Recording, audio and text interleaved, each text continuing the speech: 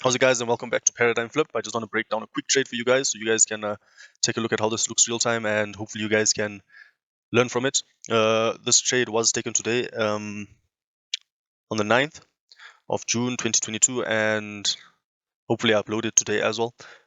Yesterday I did make a quick video touching on this topic, and I showed you guys how to use intermarket analysis and correlation to identify trade setups. And today we had the opportunity of recording an open position up until take profit, and hopefully you guys can just learn from this. So I'm going to go ahead and break it down, and without further ado, let's go.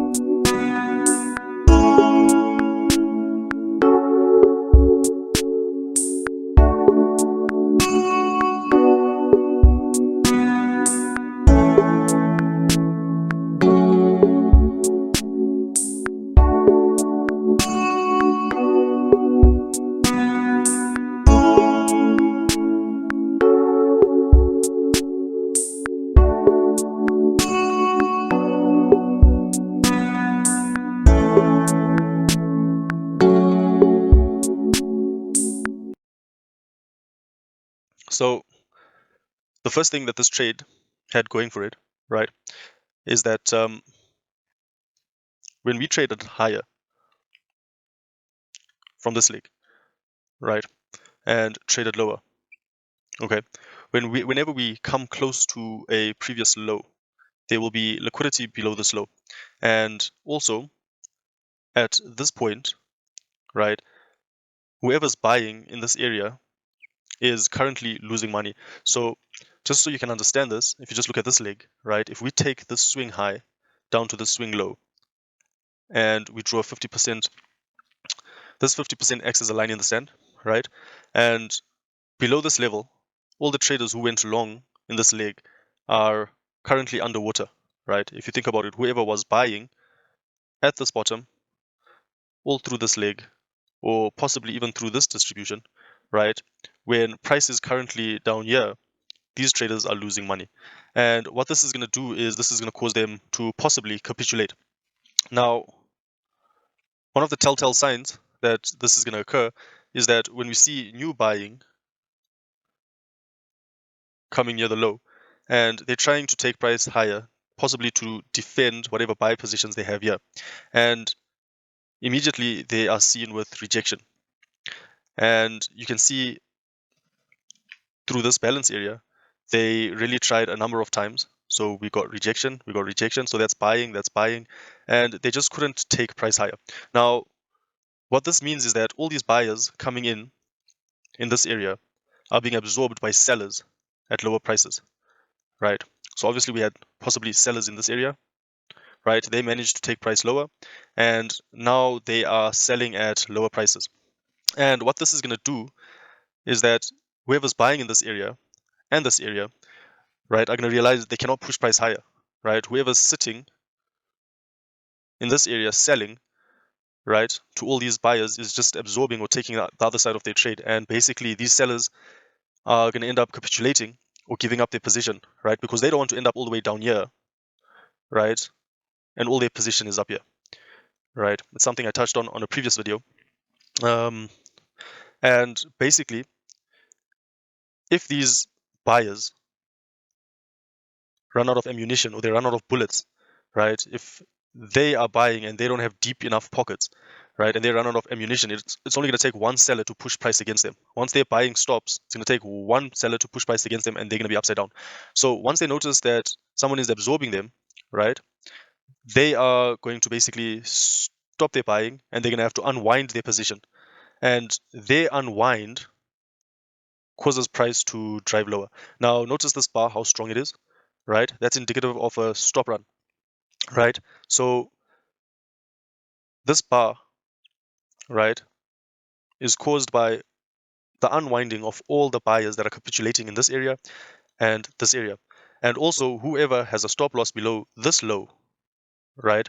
When that stop loss gets hit, right, or when those stop losses get hit rather, this is going to cause a cascading effect that's going to add to price dropping further. And well, what this causes, it causes unwilling sellers at lower prices, right?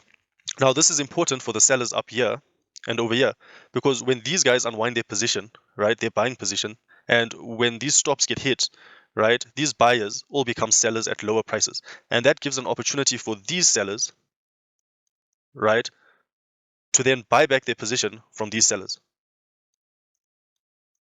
right? So they are able to close their position, right, from all the selling that is occurring from these guys. Okay, I hope that makes sense. Now, let me just explain this a bit further so you guys can understand this. When we get sellers coming in the market, right, whether it be at a previous distribution or near a high point or a turning point, right, there will always be buyers at lower prices, right? So whoever is buying into the pullback, right, if someone is taking the other side of that trade, so for example, you get buyers, and you get sellers on the other side of that trade as price is going higher. When price comes near this low, right, all these buyers are basically losing money. And if these buyers have to unwind their position, they have to basically sell, right, to exit their position. Now, that selling is what's going to cause price to drive lower, right? Now, from this point, right, all these buyers are basically selling, selling, selling to exit their position. And these sellers from these prices and these prices and these prices and all up here are now able to exit their sell position by buying from all these unwilling sellers, right? So hopefully that makes sense and that simplifies it for you. And that's basically the mechanics behind it. Okay. Now, now this trade had that element to it in this area here. And not only did we have that, we can see if I draw up a correlation coefficient, if I bring up the correlation coefficient, right, we can see the correlation coefficient has, with the gold, right, has a very large positive correlation at the moment, right? So we know that, well, at this point, right, the point of the trade, there was about a 69% correlation. So we know that 69% of the time, gold and the euro US dollar are moving in the same direction, right? So, so what we can have a look at is if we take a look at this swing point, from this swing low to this swing high, right, on the gold, right, it's in alignment with this swing low, well, roughly, to this swing high of Euro USD. So they move up together and they move down together.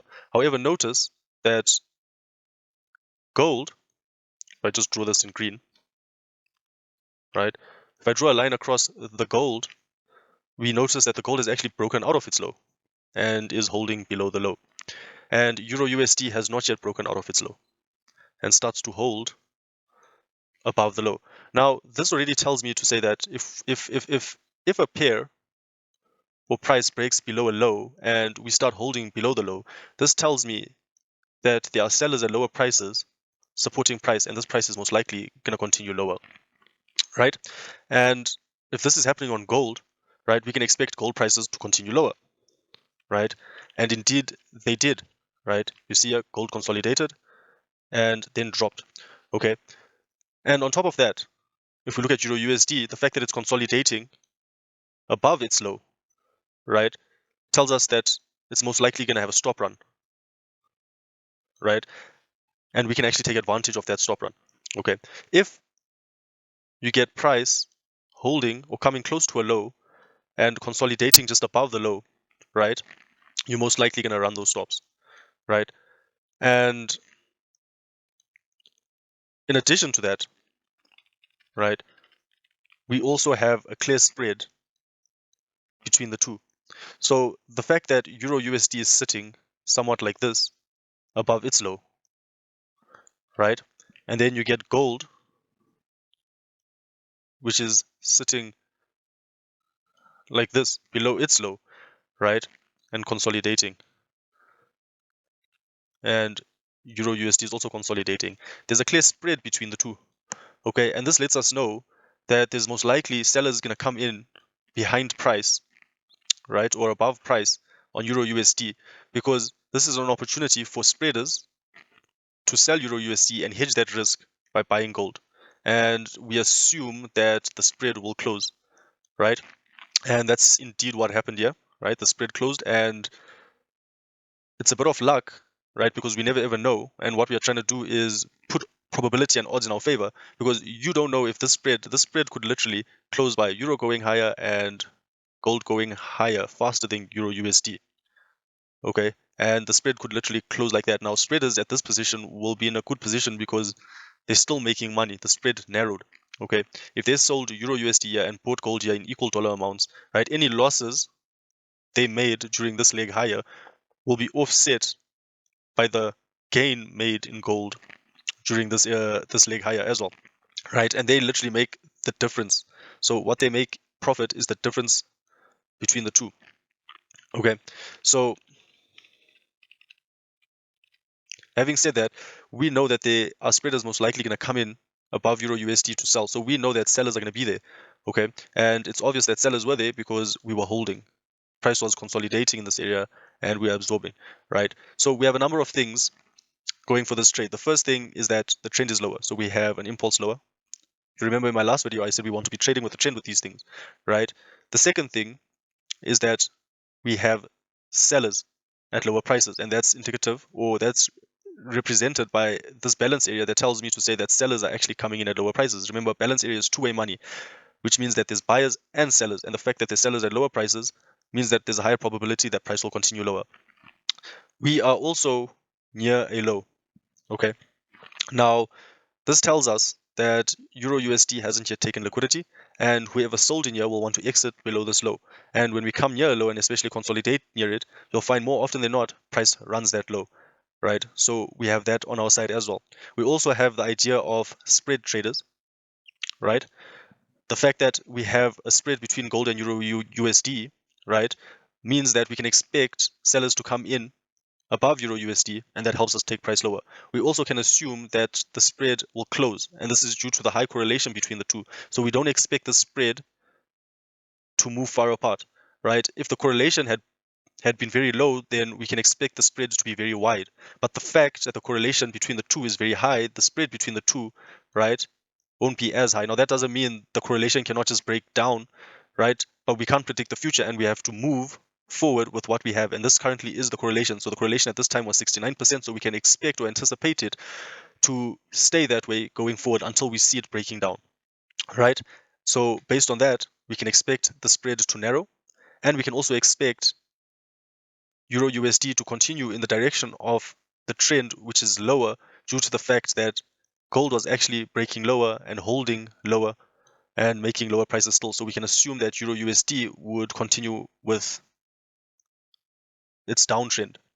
Okay, so based on that, right, we had all these things going for us. And if we actually just take a look at a 5-minute chart, right, at that point in time,